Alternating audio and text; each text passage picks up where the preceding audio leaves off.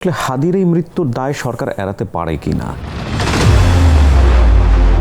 Dhaka metropolitan police আপনাকে better অ্যান্সারটা দিতে পারবে। সেটা কি সরকার ঠিকমতো দায়িত্ব পালন করলো? আপনি এটা পুলিশের সাথে আরো ডিটেল জানতে পারবেন। আমরা আপনার এই অ্যান্সারটাই অ্যাকসেপ্ট করছি, আপনি যেটা বলবেন সেটাই আমরা গ্রহণ করব। আপনারা পুলিশকে ডাকবেন, কথা বলবেন, জিজ্ঞেস করবেন যে কেন এটা। আমি তো রাতে ওই জায়গাটায় ছিলাম না। পুলিশ কি কোথায় কোন ফেইলুরটা করেছে? পুলিশ ফেল করলে সেটা তো চিফ অ্যাডভাইজারেরও ফেল হওয়ার কথা। প্রথম আলো ডেইলি স্টারের ক্ষেত্রে যে ঘটনাটা আজকে ঘটলো, আমি তো বললাম আপনাকে। আপনি শুধু বলেছেন আপনি দুঃখিত, এর বাইরে কি আসলে কিছু বলার নেই? তো আপনি তো দেখছেন যে না, এই ডেইলি স্টারে অ্যাটাক হলো, হাদি মারা গেল, কারা করেছে, কিভাবে পাস হয়েছে, কটা গুলি চালিয়েছে, কটা জ্যাম হয়ে গেছে, আপনি ওই জার্নালিস্টকে জিজ্ঞেস করতে পারেন। আমার মনে হয় এখানে ঢাকা মেট্রোপলিটন পুলিশ আপনাকে বেটার অ্যান্সারটা দিতে পারবে। পথটাই আমি বন্ধ করে দিলাম পুরোটা। কার পথ বন্ধ করলাম না? আমি যদি ইলিয়াসের কথাই বলে থাকি, যে ইলিয়াসের ক্ষেত্রে যেটা হয়েছে, আমি ভায়োলেন্স ইনস্টিগেট করবেন, এবং সবচেয়ে যেটা খারাপ সেটা হচ্ছে আপনি মিথ্যাও বলেন। তো বর্তমানে যারা ক্ষমতায় আছেন বা যারা দায়িত্ব পালন করছেন, তারা কি আসলে দেশে থাকবেন?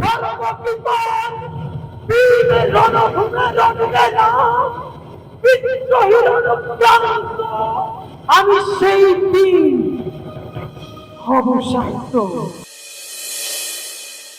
আসসালামু আলাইকুম প্রিয় দর্শক, আপনাদের সবাইকে আমন্ত্রণ জানাচ্ছি অল টাইম ব্রেড প্রেজেন্স দার্জি কিবরিয়া শোতে। আজকে যাকে নিয়ে আমার এই সন্ধ্যাটা কাটবে তাকে বাংলাদেশের সব মানুষ চেনেন, আলাদা করে পরিচয় করিয়ে দেবার প্রয়োজন নেই। তিনি অত্যন্ত শ্রদ্ধাভাজন সাংবাদিক এবং তার বর্তমান যে পরিচয়টি সবচাইতে বেশি অ্যাকসেপ্টেড সেটা হচ্ছেন মাননীয় প্রধান উপদেষ্টার প্রেস সচিব শফিকুল আলম। শফিক ভাই, আমি খুবই সম্মানিত বোধ করছি আপনাকে আমার অনুষ্ঠানে পেয়ে। কেমন আছেন আপনি? ভালো, খারাপ না। কিন্তু ভালো কি আমরা আছি সব কিছু মিলিয়ে? আপনি কি বলবেন বাংলাদেশের বিশেষ করে আজকের এই পরিস্থিতিতে? যদি আমি বলি, হাদিকে আমরা গতকালকে সমাধিস্থ করলাম, কি বলবেন আসলে? এক টাফ টাইম, একটা যে কোনো ডেমোক্রেটিক ট্রানজিশনটাই তো একটা টাফ জিনিস। আর সেখানে যদি ইন্টারিম গভর্নমেন্ট থাকে সেটা আর একটু বলবো যে চ্যালেঞ্জটা অনেক বেশি, কারণ আমার তো পলিটিক্যাল অ্যাক্টর নাই। আমার তো ধরেন ডামুড্ডা উপজেলা একটা গণ্ডগোল হচ্ছে, আমি যতটা না পুলিশকে দিয়ে আমি সামলাই, আমার যদি পলিটিক্যাল অ্যাক্টর থাকে, পলিটিক্যাল অ্যাক্টিভিস্ট থাকে, পলিটিক্যাল একটা বিগ বেস থাকে, তাকে দিয়ে আমি সামলানোটা অনেক ইজিয়ার। সেটা নাই। তো ফলে যেটা হয়েছে যে আমাদের অনেক চ্যালেঞ্জগুলো আসছে, যেটা আসলে ইন্টারিম গভর্নমেন্টের পক্ষে টাফ হয়ে যায় ওই চ্যালেঞ্জগুলোকে ফেস করা। বাট আমরা আমাদের চেষ্টা করতেছি। অবশ্যই গত কয়েকদিন, বিশেষ করে গত 7-8-9 দিন খুবই খারাপ একটা, হাদিকে গুলি করা হলো, হাদি মারা গেলেন। হাদির মারা যাওয়ার পর একটা বড় রকমের ভায়োলেন্স হলো, বাংলাদেশের 2টা বড় পত্রিকায় অ্যাটাক হলো, খুবই ন্যাক্কারজনক অ্যাটাক, ভয়ানক রকমের অ্যাটাক। সেটা হলো কি ছায়ানটের অ্যাটাক হলো, খুবই ন্যাক্কারজনক, বাজে। বাংলাদেশের এটা তো ভয়ানক একটা বাজে জিনিস। এই ঘটনাগুলো ঘটলো। তো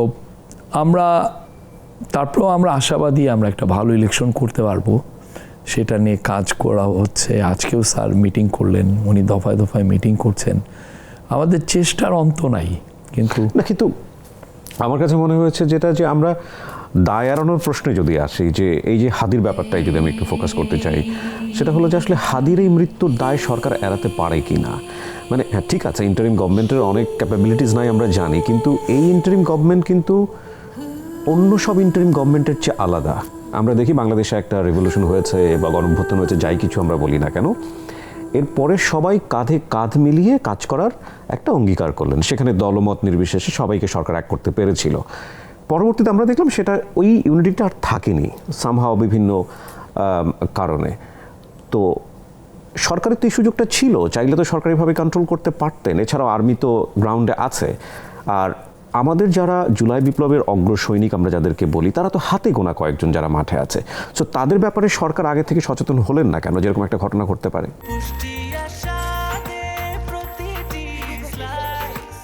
ব্রেকফাস্ট, টিফিন কিংবা স্ন্যাক টাইমে মজাদার আয়োজন মানে অল টাইম ব্রেড।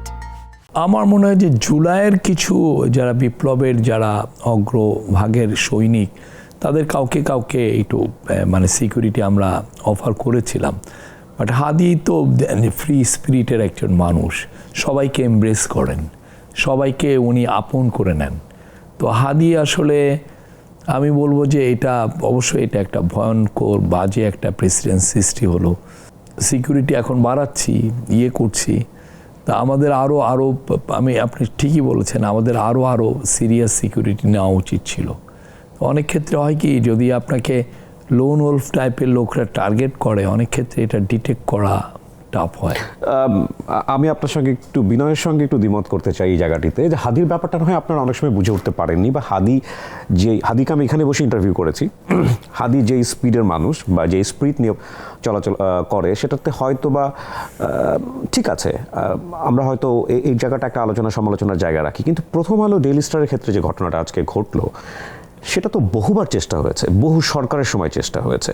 সুতরাং প্রথম আলো আমাদের এর আগেও আমাদের সময়ও আমরা 2-3বার এইরকম ঘটনা, একবার তো ওরা কি গরু কোরবানি দিবে, আমরা এটাকে ফয়েল। এই জায়গাটায় আমার প্রশ্ন হচ্ছে যে এই জায়গাটায় সরকার কেন অতিরিক্ত ব্যবস্থা গ্রহণ করলেন না? মানে সরকারকে কেন এখন বলতে হয় যে আমরা এরকম একটা নেক্কারজনক, যেটা আপনি বললেন, মানে নেক্কারজনক ঘটনা তো চাইলে থামানো যেত, সেটা কি সরকার ঠিকমতো দায়িত্ব পালন করলো? আপনি এটা পুলিশের সাথে আরো ডিটেল জানতে পারবেন, আমাদের তরফ থেকে চেষ্টাটা ছিল, আর আপনি এগেন এটা একটা ভয়ঙ্কর রকমের নেক্কারজনক ঘটনা। না মানে পুলিশের সাথে জানতে পারবো মানে কি, পুলিশ আরো টোটাল ইনভেস্টিগেশন করে, আমি তো রাতে ওই জায়গাটায় ছিলাম না, ওকে, কি হয়েছে কি আমরা যেটা দেখছি সেটা হলো এন্ড রেজাল্ট, যে ডেইলি স্টারের পুরো বিল্ডিংটা পুড়িয়ে দিয়েছে, প্রথম আলোর ছোট বিল্ডিংটা পুড়িয়ে দিয়েছে, ওইখানে লুটপাট হয়েছে, এইটা আমরা দেখছি। কেন এই যে এইটা আমরা কেন অ্যাটাকটা থামাতে পারলাম না? হ্যাঁ, এটাই তো বিগ কোশ্চেন। ওরা তো আসতে, মানে প্রপার সিকিউরিটিটা কেন ওখানে ছিল না? এটা আমার মনে হয় পুলিশ আপনাদেরকে ভালো বলতে পারবে এটা নিয়ে। ওরা তো ইনভেস্টিগেশন করছে, ওয়্যার অ্যাকচুয়ালি দে মেড, তা এই কাজটা কেন হয়নি? পুলিশের কাছে কি এরকম ইনস্ট্রাকশন ছিল সরকারের তরফ থেকে, কিন্তু পুলিশ এটা মেইনটেইন করেনি, আপনি এটা বলতে চাচ্ছেন?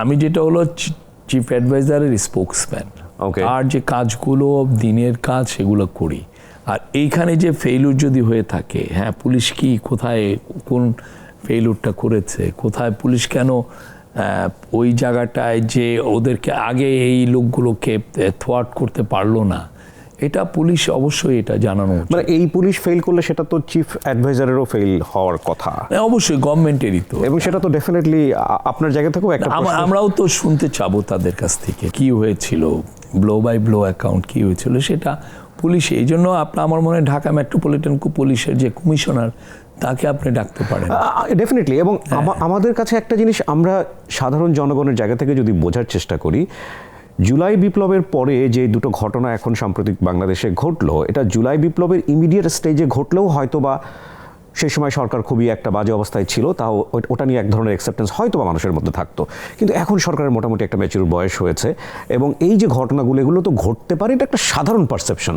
আমরা দেখলাম দেশের বাইরের একজন সাংবাদিক, যার জুলাই আন্দোলনে খুব বড় একটা ভূমিকা ছিল, আমি খুব রেসপেক্টের সঙ্গেই তার কথা বলতে চাই, যদিও আমি নামটা উচ্চারণ করছি না, তিনি এইরকম একটা ঘটনা ঘটার আধা ঘন্টা বা 40 মিনিটের মধ্যেই তিনি মোটামুটি একটা আঁচ দেওয়ার চেষ্টা করলেন, এবং সবার আগে দেখলাম তিনি পাতগুলো ক্লিয়ার করে দিলেন, যে কারা করেছে, কিভাবে পাস হয়েছে, কটা গুলি চালিয়েছে, কটা জ্যাম হয়ে গেছে। তো এই ইন্টেলিজেন্সটা তুমি কোথায় পেলেন? এটা তো সরকারের ইন্টেলিজেন্সের সাথেই তার সম্পর্ক। তো এত কি ইনফরমেশন থাকার পরেও এরকম একটা ঘটনা কেন ঘটলো? আপনি ওই জার্নালিস্টকে জিজ্ঞেস করতে পারেন। আমার মনে হয় এখানে ঢাকা মেট্রোপলিটন পুলিশ আপনাকে বেটার অ্যান্সারটা দিতে পারবে। আমরা আপনার এই অ্যান্সারটাই অ্যাকসেপ্ট করছি, আপনি যেটা বলবেন সেটাই আমরা গ্রহণ করব। না, অবশ্যই এটা তো অবশ্যই পুলিশের কাজ, পুলিশ অবশ্যই আপনার পুলিশকে ডাকবেন, কথা বলবেন, জিজ্ঞেস করবেন যে কেন এটা। আপনি ব্যক্তিগতভাবে বিষয়টাকে কিভাবে দেখেন? আমি তো বললাম একজন সাংবাদিক পার্সপেক্টিভ থেকে, আমি তো বললাম আপনাকে, আপনি শুধু বলেছেন আপনি দুঃখিত, মানে আমি যেটা দেখলাম আপনি একটা স্ট্যাটাস দিয়ে বলেছেন দুঃখিত, এবং এর বাইরে কি আসলে কিছু বলার নেই? না, অবশ্যই এটা তো একটা আমি কন্ডেম করি, তীব্রভাবে নিন্দা জানাই। এরকম ঘটনা ঘটা মানে হচ্ছে যে এটা তো স্বাধীন জার্নালিজমের উপরে আপনি অ্যাটাক একটা। আমরা তো চাই বাংলাদেশে জার্নালিজমটা একটা ইন্ডিপেন্ডেন্ট থাকুক, ফ্লারিশ করুক, বেটার আমাদেরকে ইনফর্ম করুক, হ্যাঁ, এবং ফ্রিডম অফ প্রেস বলতে আমরা গ্লোবালি যেই স্ট্যান্ডার্ডের কথা বলি, সেই স্ট্যান্ডার্ডটা এখানে মেনটেন হোক, সবাই সেটা করুক। কিন্তু এই ধরনের অ্যাটাক তো ভয়াবহ জিনিস, বাজে জিনিস, এর ফলে তো জার্নালিস্টরা তো ভয় পাবেন। আমরা যেটা দেখছি যে সরকার খুব জোর গলায় বলছেন এবং সরকার এটা বিশ্বাস করেন, বাংলাদেশের অনেক মানুষ এটা বিশ্বাস করেন যে আমাদের নির্বাচন ফেব্রুয়ারিতে, এবং এটা আপনি বহুবার বলেছেন নির্বাচন হবেই। আমরা আসলে যেই ঘটনাগুলো সাম্প্রতিক সময় দেখতে পাচ্ছি, আপনার কি মনে হয় যে এই রকম ঘটনা একেবারে কন্ট্রোল করে আমরা কি একটা নির্বাচনের দিকে যেতে পারবো? আর যদি যেতেও পারি, আমরা কি একটা ফলপ্রসূ নির্বাচন করতে পারবো? আমি নির্বাচনের ব্যাপারে আমরা কোয়াইট কনফিডেন্ট নির্বাচনটা ভালো হবে। নির্বাচনের ক্ষেত্রে পলিটিক্যাল পার্টিগুলোরও কমিটমেন্ট অনেক বেশি হাই। এই জায়গাগুলো সোশ্যাল কমিটমেন্ট, এই পাড়া মহল্লার তরফ থেকে যে এল্ডাররা, পাড়া মহল্লার যারা পাড়া প্রতিবেশী, তাদের মধ্যে থেকে কমিটমেন্ট একটা, সবাই একটা আসলে ভালো নির্বাচনের দিকে তাকিয়ে আছেন। নির্বাচন তো একা সরকার করে না, এটা কমিউনিটি করে, সোসাইটি করে, পলিটিক্যাল পার্টিগুলোর গ্রাসরুট এরা করে, তারপরে লোকাল অ্যাডমিনিস্ট্রেশন করে, সবাই মিলে তো একটা ভালো নির্বাচন করে।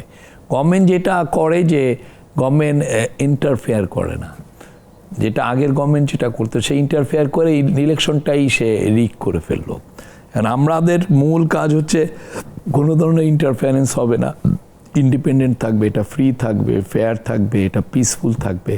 আর গভর্নমেন্ট যেটা করে সেটা হচ্ছে প্রিপারেশন অনুযায়ী যথেষ্ট সিকিউরিটি মেজার নেয়।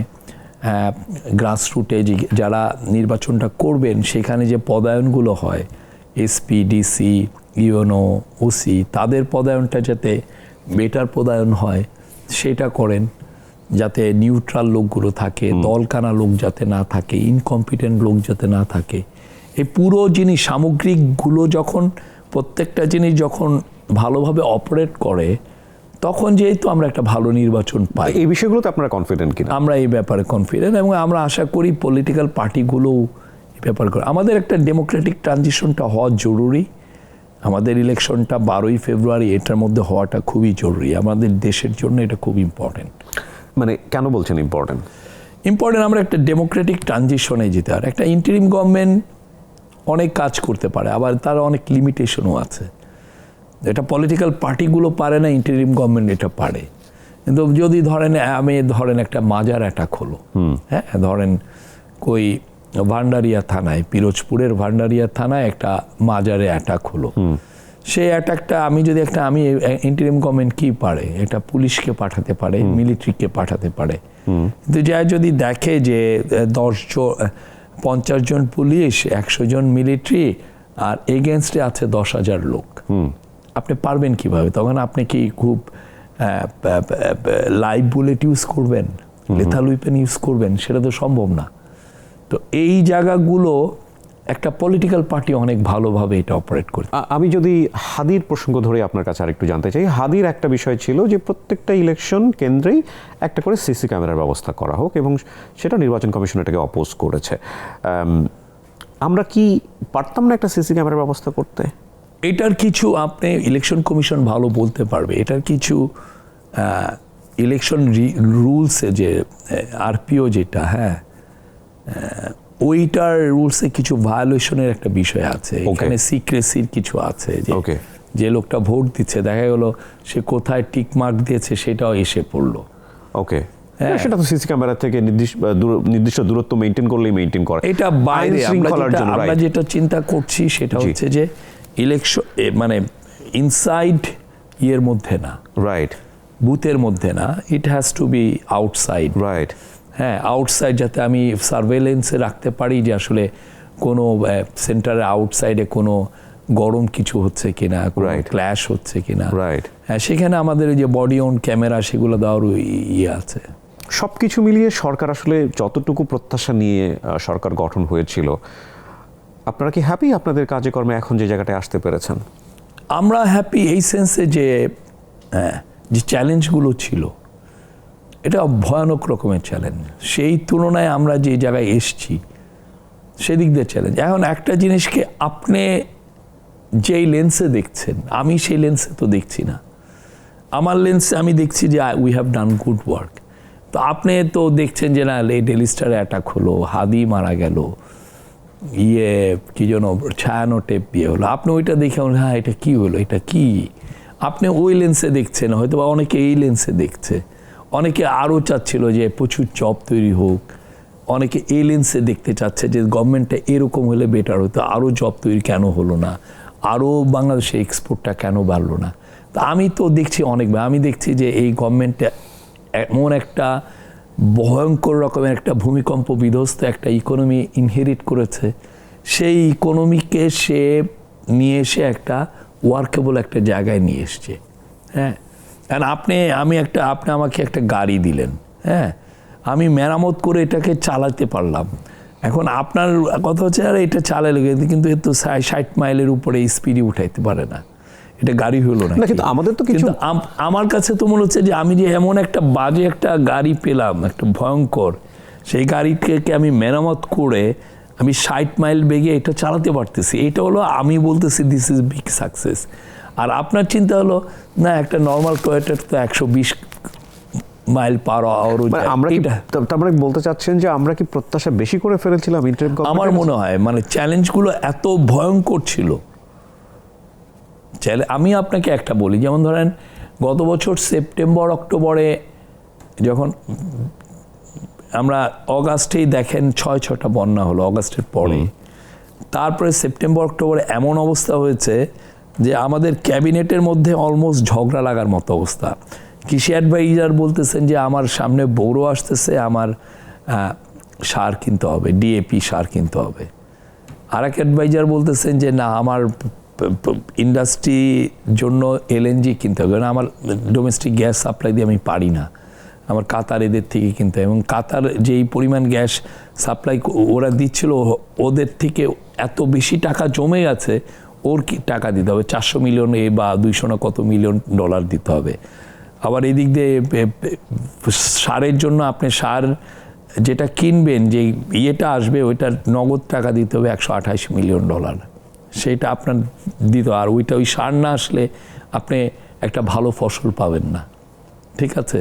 আবার ওদিক দিয়ে বলতেছেন, খাদ্য অ্যাডভাইজার বলতেছেন যে না আমার খাদ্যের অবস্থা তো খারাপ। মানে ঝগড়ার বিষয়টা আপনি কেন বলছেন? লাইক আমি এইটা বলছি যে মানে আমার চ্যালেঞ্জগুলো আপনি দেখেন, আমি একটা গভর্নমেন্ট হিসেবে এগুলো তো একদম ভাইটাল কাজ।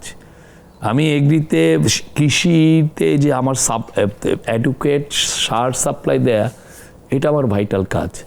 আমার গভর্নমেন্টের সাইলোতে মানে গোডাউনে আমার 20-25 লাখ টন আমার খাদ্যশস্য মজুত করে রাখাটা, এটা একটা খুবই ভাইটাল কাজ।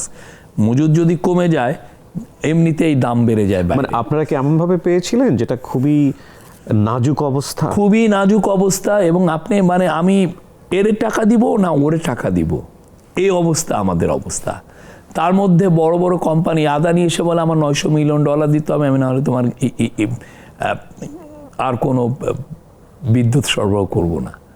কাতার গ্যাস এসে বলে আমার এই টাকা একদিনে দিতে হবে। শেভরনের 237 মিলিয়ন ডলার ওরা একদিনে চায়। এরকম 3.5 বিলিয়ন ডলার আপনার একবারে দিতে হচ্ছে, আপনার রিজার্ভ ভালো না। ওকে, তো ফলে আপনি যেই জায়গায় জিনিসটা আপনি চাচ্ছেন সেটা, প্লাস আপনার অন দ্য স্ট্রিট বা আমার কমিউনিটিতে আমি পুলিশকে তো ঠিক করতেই তো আমার সময় লেগে যাচ্ছে। কোন দেশে আপনি 200টা দেশে দেখেন যে যেই সমস্ত দেশে পুলিশ এই সিচুয়েশন ফেস করেছে, ওই দেশ দাঁড়াইতেই পারে নাই। আপনি হেইতি দেখেন, হেইতি কলাপস করে গেছে, জাস্ট তার পুলিশ সিকিউরিটি ফোর্স দাঁড়াইতে পারে না। হেইতি ইজ রান বাই ইয়েরা, এই মাস্তানের গ্রুপ ওই মাস্তানের গ্রুপ, এগুলো এরা হলো চালায় হেইতি। হ্যাঁ, পুরোটা একটা ফ্র্যাগমেন্টেড একটা এমন একটা কান্ট্রি হয়ে গেছে, অথচ এর ধরেন আমেরিকার পাশে জাস্ট তা আমরা সেই জায়গায় এই দেশকে কোথায় নিয়ে আসছি? আপনি এমন একটা অবস্থায় ছিল যে এই যেটা আপনার পুলিশই ভয় পাচ্ছে, পুলিশ সে যে টহল দিবে ভয় পাচ্ছে, তাকে যদি লিঞ্চিং করা হয়, সেই জায়গায় আপনি এখন দেখেন। হ্যাঁ, আমি অস্বীকার করব না, দেয়ার ওয়ার সাম বাজে ইনস্ট্যান্সেস, আমি ওইটা তো অস্বীকার করছি না, বাট আপনি যদি ওভারঅল দেখেন ইটস আমি বলবো যে this government has done a good job.